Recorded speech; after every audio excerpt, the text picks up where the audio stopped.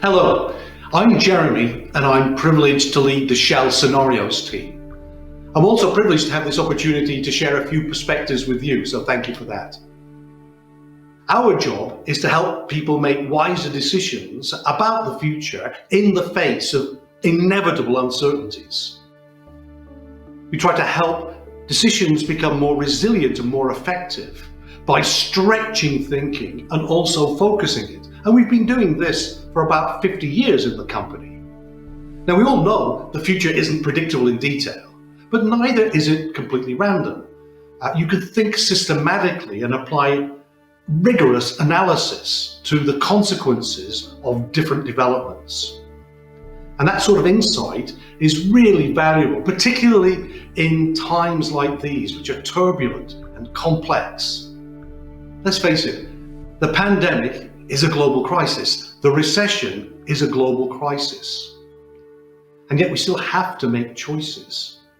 We still have decisions to make. And in fact, the English word crisis derives from the Greek word crisis, meaning decisions. Decisions that open up doors to new futures, new ways of thinking. Choices that may ultimately transform the global economy and the global energy system. So I'm hoping to introduce 3 different ways the future might unfold. And these are born out of 3 different approaches to recovery from the current circumstances. Different priorities in the mix. We found that there are 3 main priorities that are top of mind for most people. There's economic recovery, there's the recovery of a sense of security, and there's also recovery in well-being, in public health. And everybody, all people in all societies will be seeking all 3 objectives, and yet different circumstances and different values may lead to different balances in the mix of the way things go forward in different places. Let me briefly outline how each of the 3 scenarios plays out. In our waves scenario, the dominant priority is to repair the economy. Wealth first. Self-interest is perceived in terms of material prosperity, resilience in terms of economic strength. Because of this focus, economic recovery is relatively rapid, but comes at the cost of multiple spikes in infections. We can think of these as waves. On the surface, there is an upswelling in economic growth, leading to a surge in the need for energy and fossil fuels, and of course then greenhouse gas emissions. But there are underlying currents that eventually lead to these waves crashing down. Apparent economic success disguises more deeper issues. Inequality grows in the world and within individual economies. People who were hailed as key workers, as heroes in the crisis, still find themselves in precarious and low-income positions. Social discontent grows as a result of this, and labour unrest. And also, the public begins to react to more frequent and extreme weather events. The blame for these societal and environmental pressures is placed on the lack of previous action to structural issues like social welfare, like public health, like climate change. So there's a political and social backlash. From an energy perspective, this backlash comes in the form of knee-jerk, rapid policy reductions in the use of fossil fuels. So having grown, coal and oil demand peaks in the 2030s, and natural gas soon afterwards. Then there is rapid policy-driven decline. This means that while in this scenario it's been late to give serious attention to decarbonisation of the economy, once it's given, it moves extremely quickly. We're in late but fast decarbonisation. But because it's late, it means that the growth in greenhouse gas emissions in the atmosphere outstrips what is required to meet the stretch goals of the Paris Agreement. So by the end of the century, global temperature rise is about 2.3 degrees above pre-industrial average, in contrast to the 1.5 degrees centigrade of the Paris stretched ambition. The world has to learn to live with those consequences. All right, let me take you into a different place now. Let me describe an alternative scenario, our islands outlook. Now, in islands, the dominant priority is near-term recovery at home. It's security first. Resilience is understood in terms of autonomy and self-sufficiency. You can think of this as an islands mentality, a focus at the close to home, the near at hand. So these internally focused efforts have mixed results. Some countries do quite well, but others fall behind. Poor policy decisions are made. Political legitimacy is questioned. As nationalism takes hold, there are frictions in international collaboration and international trade. So the economy globally begins to stagnate.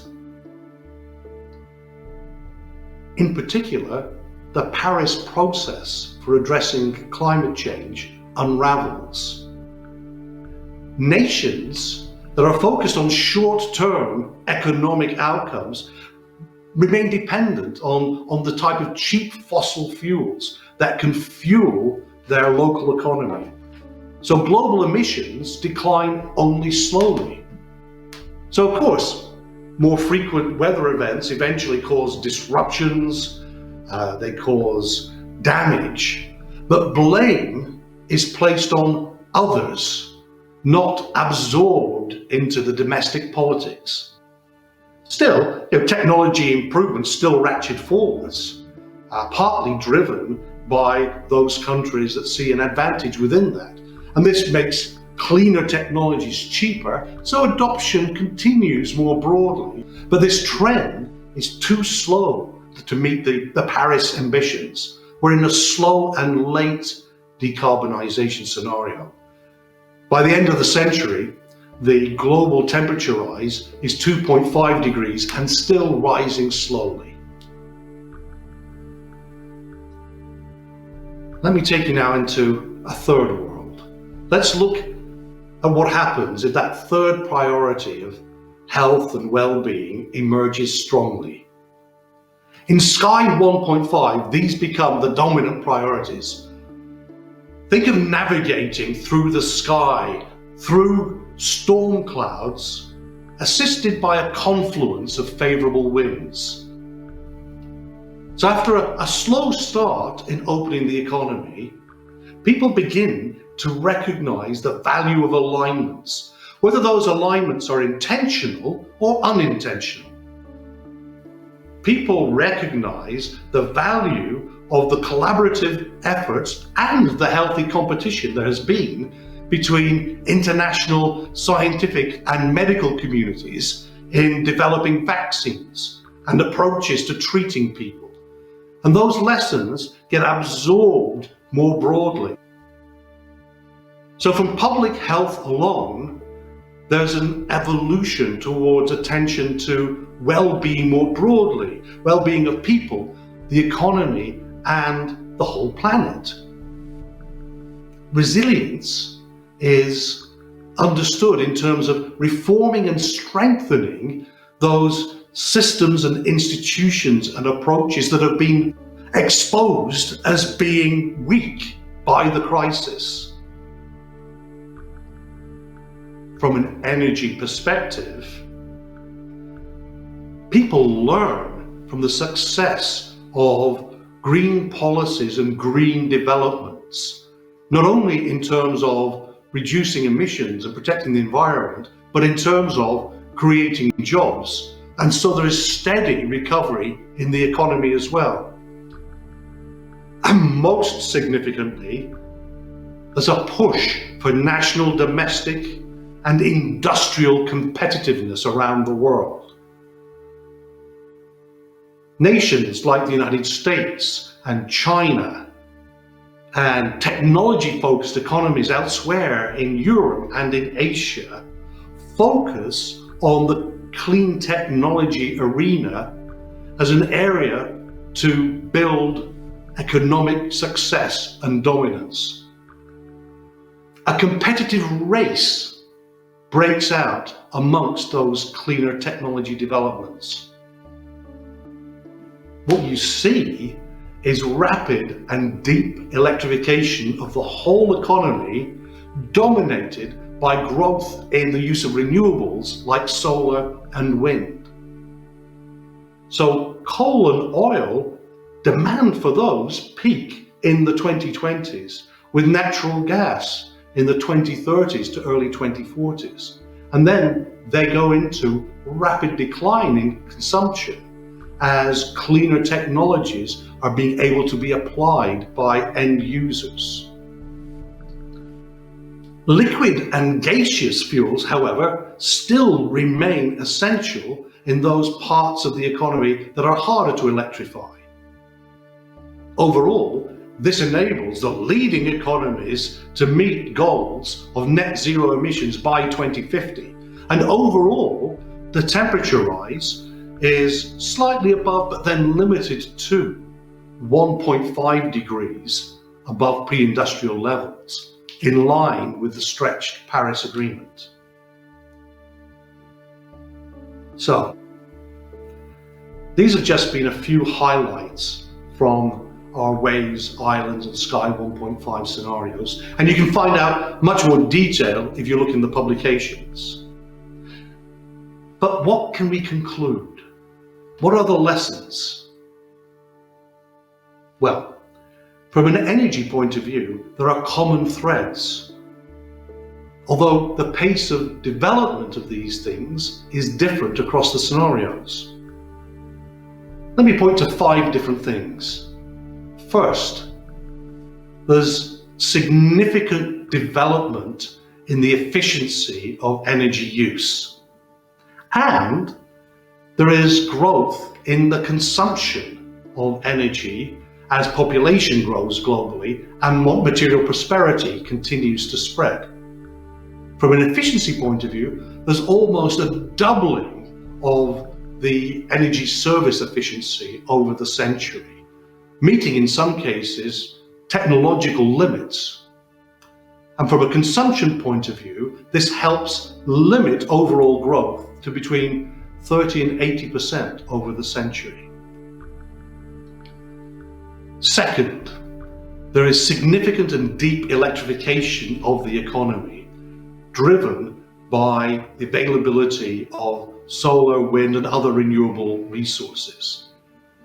So from today's position of about 20% of end-use energy being supplied by electricity, you move to as much as 60% over the course of the century. Third, in those sectors that are hard to electrify, there is still a need for energy-dense, portable, thermal, liquid and gaseous fuels, but these progressively decarbonize through the use of biofuels and hydrogen-based carriers. Fourth, demand for crude oil and natural gas is likely to peak in the next couple of decades and then decline. But that pace of decline will not be as fast as the underlying rate of depletion from producing reservoirs. So you'll still need investment into those areas to meet the changing demand for liquid and gaseous fuels. And then finally, number 5, all 3 scenarios see some mix of the need for emissions removal from the atmosphere, whether technologically through carbon capture and storage, or naturally through reforestation and so other nature solutions. So, ultimately, what societies choose during this crisis is going to push towards one type of the scenario or another. And those outlooks will be attractive for some people and challenging for others.